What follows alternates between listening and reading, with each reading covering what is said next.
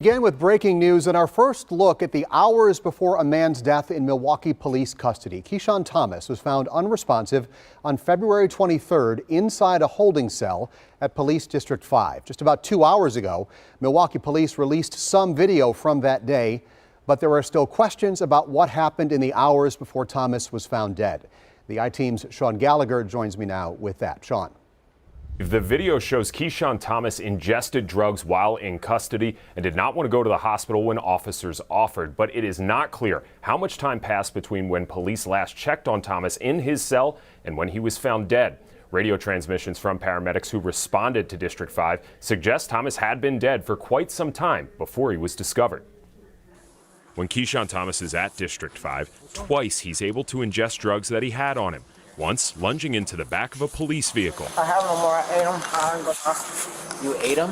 I ate the little smoke I had. And another time, he removes a bag from his pants and eats more drugs while awaiting booking. A booking officer questions him, even suggesting he go to the hospital. I had a lot of open What's that? I had a lot. You have a lot? I ate some. I think we should just do something after. I don't know. Yeah. Police later explained Thomas formally declined, stating he signed a medical form before he was taken to a holding cell. Keep in mind, this video is from an officer's body camera and includes timestamps of this moment. However, from the two angles we have of surveillance cameras at District 5, there are no timestamps on these cameras. Thomas walks freely into the cell at an unknown time. Milwaukee police show on the video this camera is motion activated. However, we've only been provided angles of when Thomas entered the cell and when he was discovered.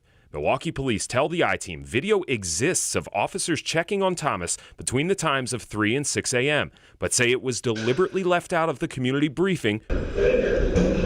When they discovered Thomas's body, about a dozen officers come running, calling for Narcan, and were told they immediately start life-saving measures. The I-Team obtained radio traffic from responding EMTs. Last known well was 16 hours ago when he was incarcerated. The radio states 16 hours passed between Thomas entering the cell and officers finding his body. The responding EMTs continue with life-saving measures, giving an indication to the state Thomas's body was in when they arrived. He had a rigid airway. Fluids are not flowing. Patient fingertips and earlobe were not yielding blood flow. Last known well 16 hours ago, who has multiple signs of rigidity, lividity. Now, according to the National Institutes of Health, rigor mortis typically sets in about 2 hours after death. MPD again today insisted there were cell checks done, but could not tell us when or how long before Thomas's death he was checked on. We asked the Milwaukee County DA about those radio transmissions, and a spokesperson could not confirm they're part of the investigation, but said they're likely part of the case file. Steve?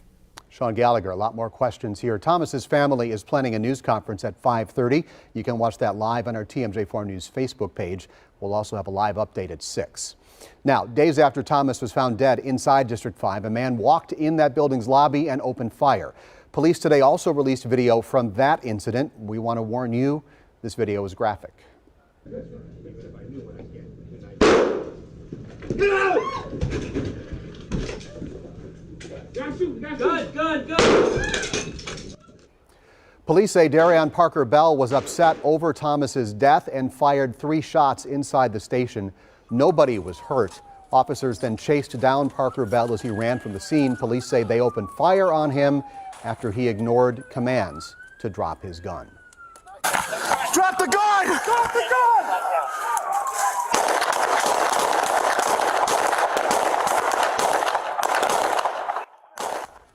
Parker Bell was shot but survived. He faces a list of charges, including attempted first-degree homicide. You can watch both of those videos released today at our website, TMJ4.com.